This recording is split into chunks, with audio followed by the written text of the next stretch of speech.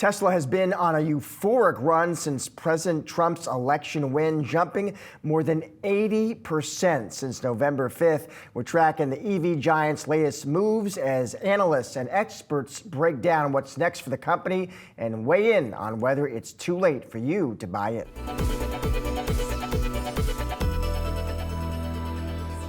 EVs were a theme again for Super Bowl ads this year, but this time it was notable for their absence, their lack of representation as automakers moved away from promoting electric vehicles during the big game. And the ad that we're showing for Jeep had Harrison Ford touting the variety of choices people had, not just EVs, but gas-powered vehicles as well. It was a symbol of America in that ad. For more on the EV industry, we're bringing in Stephen Gengaro, next-gen transport analyst at Stifel. And Stephen, we noticed this trend during the Super Bowl as sort of emblematic of the bigger sort of cultural shift that we have seen on electric vehicles. And I'm just curious what you make of that and, how sales in the industry are going to be when we're seeing sort of that kind of a shift. Yeah, so we've seen a slowdown clearly in adoption rates in the U.S. market, but I will point out 2024 was still a year of pretty solid growth for EVs sold in the U.S. market. But there's definitely been a pivot and a pause, I think, in the sort of pace of the growth rate on the EV side. And now as you kind of move into the Trump administration, we're all trying to sort through and kind of understand what the regulations are going to look like and what the vehicle tax credits may or may not look like as we move forward. Stephen, what specifically about the Trump administration's decision to halt federal funding, Stephen, for new EV charging stations? I'm interested how that kind of decision ripples through your coverage universe, what it means for the broader industry. Yeah, it's a very good question. I mean, first, when you think about EVs, you have a little bit of this chicken and egg issue, right? Where it's hard to sell EVs if the charging infrastructure is not there, and people are worried about the vehicle's range and where they're going to charge it. And it's particularly true as you get into sort of this next wave of EV adoption where, maybe it goes beyond the purchaser who can simply charge their vehicle at home. So any slowdown in a build out of the infrastructure, particularly on these long distance corridors, it is going to have a ripple effect and likely lead to a slower pace of EV sales. Where does this leave, Stephen, the pure play EV makers versus the OEMs, the traditional automakers that are still making, the sort of range of vehicles? It's a very interesting situation because when you think about the $7,500 vehicle tax credit, let's assume that goes away, right? The only company making money selling electric vehicles is Tesla. If you remove the vehicle tax credit, it makes it even harder for legacy OEMs to gain traction, start selling cars, and actually improve those profit margins per vehicle. So in an odd way, even though you may see a slower adoption rate with the removal of the $7,500 tax credit, it probably helps the underlying market share of Tesla. So that's how we sort of think about the way the universe plays out here over the next 12 to 18 months as we sort of digest the changes.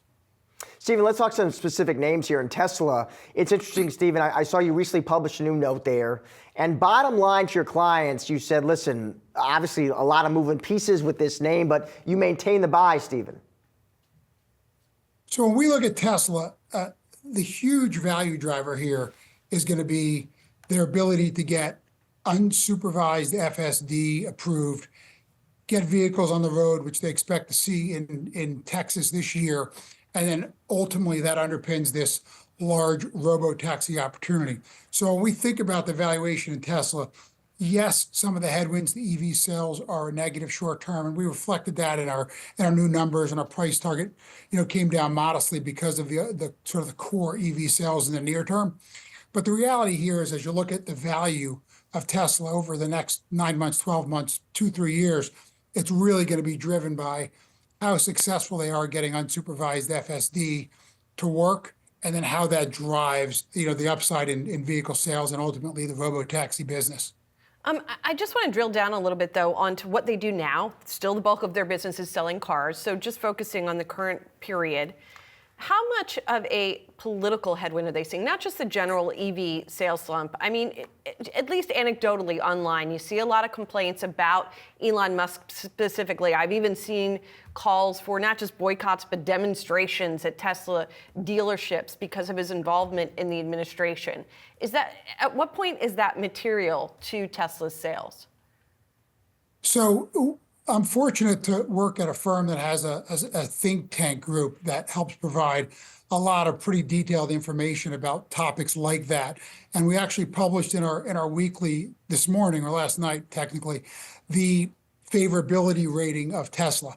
And we have seen the net favorability rating of Tesla fade to close to its lowest level in existence of the data, which I think speaks to your point, which is because of the polarizing CEO right now and how he's politically engaged with Trump administration and with the efficiency efforts.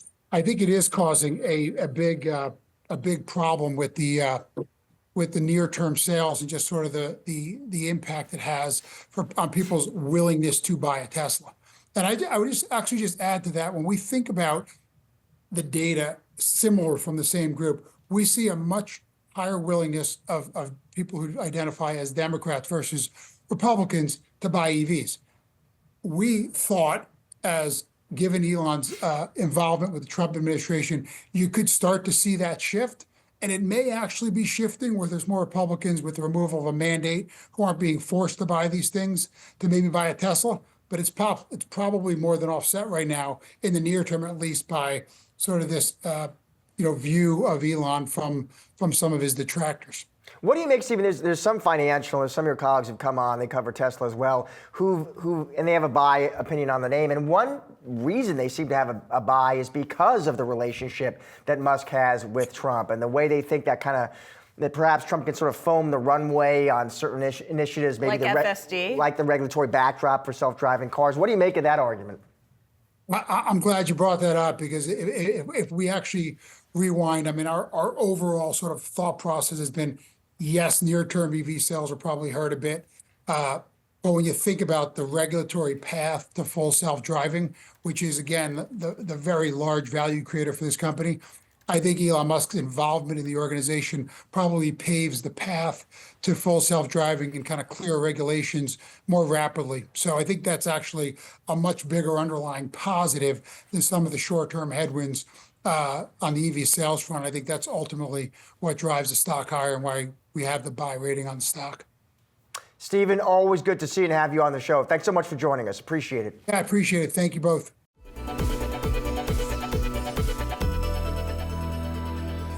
Shares of Tesla, they are sliding today. They are now down over 19% year to date. For more on the EV maker, let's welcome in Colin Rush, Oppenheimer Managing Director and Senior Research Analyst. Colin, it is good to see you. Let's start right there with the action we've seen in the stock. Down almost 20% now year to date. What explains that slide, Colin?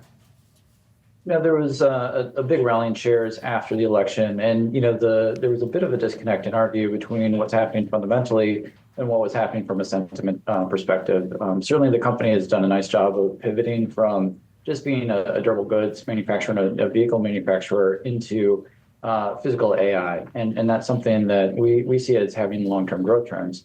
The challenge, though, from our perspective, is what's happening with its legacy business. And we've seen cost reduction happen before in other industries like solar, LEDs, and batteries. And we're cautious on what's happening for the EV makers in China from a margin perspective. And so this morning, we're trimming numbers a little bit here on price pressure in China, as well as some potential backlash around some of Elon's extracurricular activities outside of Tesla. And boy, his extracurricular activities are climbing every single day, Colin. Now, as you know, he has long been a multitasker. He heads a number of different businesses. He's involved now with Doge. Yesterday, we learned that he was leading a group bidding for the nonprofit entity that controls OpenAI. That seemed to be a tipping point for you, perhaps, that last item. After he's done all this other stuff, what is it about that particular headline? It actually wasn't. We had the trim on the numbers ready to go, and so I actually had to adjust some of our writing after that news hit yesterday. We were ready to go prior to that, And, for me, that's just endemic of his interests. Like, he's got a wide mind and a deep skill set and a deep curiosity around the world and how it works. And I think there's an awful lot at stake with who owns and manages a lot of this AI IP. And so from my perspective, we were really just worried on the fundamental basis, and in the OpenAI considerations really, I don't think are really relevant to the stock just here. I think the bigger news today was more about BYD, a Chinese automaker, introducing some of its own self-driving technology. And that's something that Tesla has not gotten approved for in China at this point. And so it looks to us like the competitive environment is intensifying in China. And I think that's a bigger driver of what's going on with the stock today. Let me ask you, Colin, I've also seen some make the case that they think Tesla is in some sense getting penalized here for Musk's allegiance to President Trump. Do you think that's also another variable at play?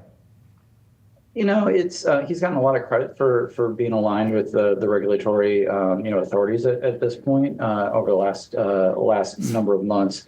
I think as we look at valuation and the company trading north of $1 trillion of market cap, there's a lot of anticipation around the potential value creation for the platform.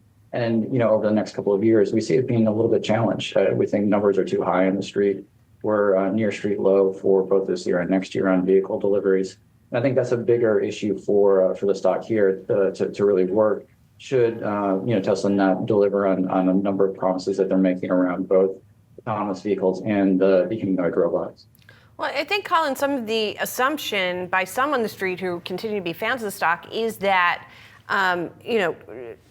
Musk being so close with Trump will help his business endeavors, could help him get FSD approval. But I guess what you're saying is, if FSD tech isn't ready, the approval is sort of irrelevant. Yeah, and I think that's a fair point. And also, political winds shift pretty quickly. There's an election in Germany in a couple of weeks. We're watching that pretty closely. Elon's gotten involved in that. And one of our concerns is around European consumers not buying Tesla vehicles because of political reasons. There's a lot of other options on the market, and we see that as a potential risk for sales this year. Colin, after this slide, final question here. I'm just curious, what does valuation look like for this one? It's hard to peg it. Certainly there's a lot to figure out here. From a autonomy perspective, there's a couple ways to look at the opportunity in terms of vehicle miles traveled and monetizing those. And so we can see our way to $1 trillion type valuations. I think what we want is some evidence that the company's really making real traction in that direction. And so far, what we're seeing is numbers continue to drive, get softer and softer here over the last couple of years, and we want to see a little bit more meat on the bone from the company. And sort of on a related note, Colin, am I reading correctly that you don't have a price target in your note on Tesla? That's correct. We don't have price targets for perform-rated stocks, and that's something that we don't have to publish, and so we're not at this point. Gotcha. Colin, thank you so much for your perspective. Appreciate it.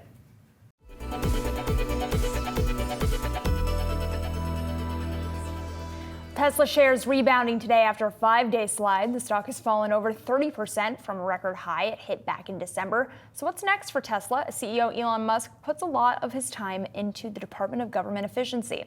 Here to discuss, we've got the Nancy Tangler, the CEO and CIO at Laffer Tangler Investments. Nancy, always a joy to speak with you, and I'm excited to talk to you about Tesla because it's been interesting seeing some of the sales data, particularly out of Europe, that's been under pressure for Tesla. And I wonder if you are rethinking any risk to Tesla that is associated with having an executive like Elon Musk at the top, or do you think that data coming out of Europe, that soft sales data, is something else?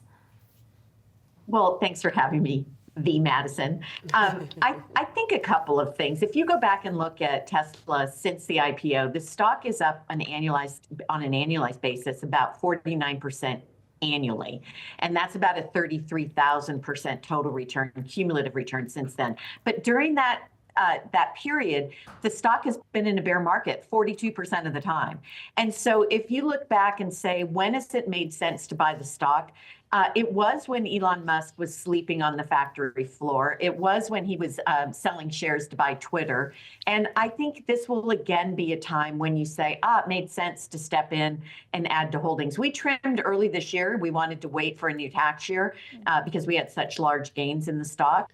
And I think, if it continues to show weakness, we'll be buying. And the last thing I'll say is the reason for that is we do not think this is an EV company anymore. We think it's an energy company. So battery storage grew over 100% last quarter, over 50% the previous quarter. We think that it's an AI company. So full self-driving in the US is likely to be a reality soon enough. He's saying middle of the year, which probably means end of the year. But we think you want to own this stock for the long term and use the volatility to step in and buy at more attractive levels. Nancy, at what level is it a buy? Hi, Shauna. So I think, I think, look, this is not a company that trades on valuation. It's a company that trades on the story. So if you believe in the AI story and you get a pullback of 30 to 40%, then I think you add to holdings and you just have to be disciplined. So I would say here is an opportunity to add to holdings. If we get additional pullback, I would say that would be an opportunity to add to holdings. We have not thought this was an EV company for over a year because what Elon did with EVs was he cut his own margins to drive his competitors out of business. He did a pretty good job of it in the US with Ford kind of struggling in the EV space. And so we expect to see margins improve. We expect to see the cheaper model. Cybercab is likely on the horizon. And then, of course, my home healthcare solution for my old age is Optimus, the robot. And I think that is being underestimated in the valuation. Well, let's talk about another company digging in on robotics, and that is Meta. Nancy, I know that you trimmed your holdings in Meta. Talk to me about how you're thinking about the stock today. What is your concern with it? What are the opportunities you're looking into? So Madison, as a portfolio manager, you live in a perpetual state of dissatisfaction. We actually sold our holdings in Meta, and that was probably at levels about 50% below current, but we bought Spotify, and Spotify's up significantly more than Meta during that period. So I don't have too much to say about it. I think Mark Zuckerberg has pivoted in the right ways. He cut costs. He's, expanding the company's focus. We'll see from an AI standpoint where they end up. But I think they're a survivor in the space. They've committed to and increased their CapEx spending. We saw that from all the hyperscalers. They either doubled down on their current levels or increased spending. Amazon and Meta both did. So I do think we're early innings in AI spend. I don't think DeepSeek has changed that for the worse. I think what it's done is increased competition. And that's always, as we've seen historically, Jevons paradox, it's always good when competition drives down prices because it drives up demand. Nancy, let's talk about the bet and the position that you do have in Spotify. Clearly, it's been one that has paid off. Just similar in using an analogy that you just used with Meta, are we still in the early innings of Spotify? I think so, Shauna. So what last year was the year of monetization, and they did indeed deliver earnings. This year is the year, I'm quoting Daniel Ek, the CEO, this year is the year of acceleration. And we think that this stock is also a recession-proof name, much like Netflix. So, at the margin, some people will cancel their subscriptions, but we don't see that. And they've done a really good job of using AI and also opening up the platform for Joe Rogan, among others. And that's increased their advertising revenues, and they are using AI to really drive advertising. So I think you want to own this name for the long term. It's not cheap. So if you're valuation sensitive, you might want to wait and add on weakness. But it is a member of our 12 best ideas portfolio, and we really like our position in it. Nancy, I want to zoom out just a bit and get your take on how any policies to come from this administration could impact a slew of your investments. I know one of the things you mentioned in your notes is the amount of money that the government spends in IT and tech annually, and some of the stocks that you cover here are beneficiaries of that IT spend. Should investors be concerned about the Department of Government Efficiency maybe becoming too efficient and raking in some of that spending? That's a great question. I don't think so. I think at the margin where we're going to see spending, and we've seen it with Palantir, is that the government is going to really focus on spending efficiently, which means productivity improving technologies, and those are many of the names that we own. If they are cutting jobs, then they need people to be more productive, and I think that is what we will see. I had a friend who just recently applied for Social Security. It took 3 months to get approved, and multiple iterations, long periods of silence, back and forth. And I think that's what we're talking about. Like, that should be an online application, which, by the way, it is, but then you have to go through a manual process. So I do think that that's going to be an area that will benefit many of the names like ServiceNow. We don't actually own Palantir. We missed that one, but like Palantir, we're certainly looking for an opportunity to get in. And then many of the infrastructure names like NVIDIA and among others, Broadcom. Nancy, I'm curious how you're looking at a name like Intel, and I bring that up just given the gains that we saw, some of the excitement on the heels of the commentary from Vice President Vance, just in terms of the Trump administration's commitment to manufacturing so much of the advanced AI technology here in the U.S. Is there an opportunity ahead for Intel, and could this be a good buying opportunity here for this stock? Shauna, Intel we're not in the stock. We got out about 2 or 3 years ago. It was clear to us that Pat Gelsinger wasn't going to be able to turn the company around. Whenever you get government subsidies, which is what he did, he went hat in hand to Washington to get subsidies to manufacture in the U.S., and many of those plants are being built here in Arizona. But it reminds me a lot of Xerox. So yeah, Xerox developed the mouse, but they did not monetize the mouse. That was Microsoft, among others. So I just worry that this company is so far behind. Can you make money on a trade? I think you can. Can you make money for the long term? I don't think so. And I think you're not getting paid to wait anymore via the dividend. So it's one, we just think there's better places to be. All right, Nancy, thanks so much for joining us this morning. Always appreciate it. Thanks so much for having me. Are you ready to master the markets and, dare I say, become a better leader in the process? Well, Yahoo Finance has you covered with our new full suite of original podcast content. Whether you're a seasoned investor or you're just starting your financial journey, we offer invaluable market insights and strategies to help boost your portfolio, build your wealth, and make you a successful investor. Podcast that will make you a smarter investor. Welcome to Stocks in Translation. I'm your host, Jared Blickery. Welcome to Financial Freestyle. Hi, I'm Bob Powell, and welcome to Decoding Retirement. Welcome to Living Not So Fabulously. Welcome to Trader Talk, the podcast that dishes out the market straight up. Welcome to Capital Gains. I'm your host, Madison Mills. Welcome to Word Money. I'm Patrick Murphy. And I'm Dan Coons. From Wall Street to Main Street to the C-Suite, we are your daily lifeline, because behind every great investor is Yahoo Finance. Join us on yahoofinance.com, the Yahoo Finance app, or wherever you get your podcasts.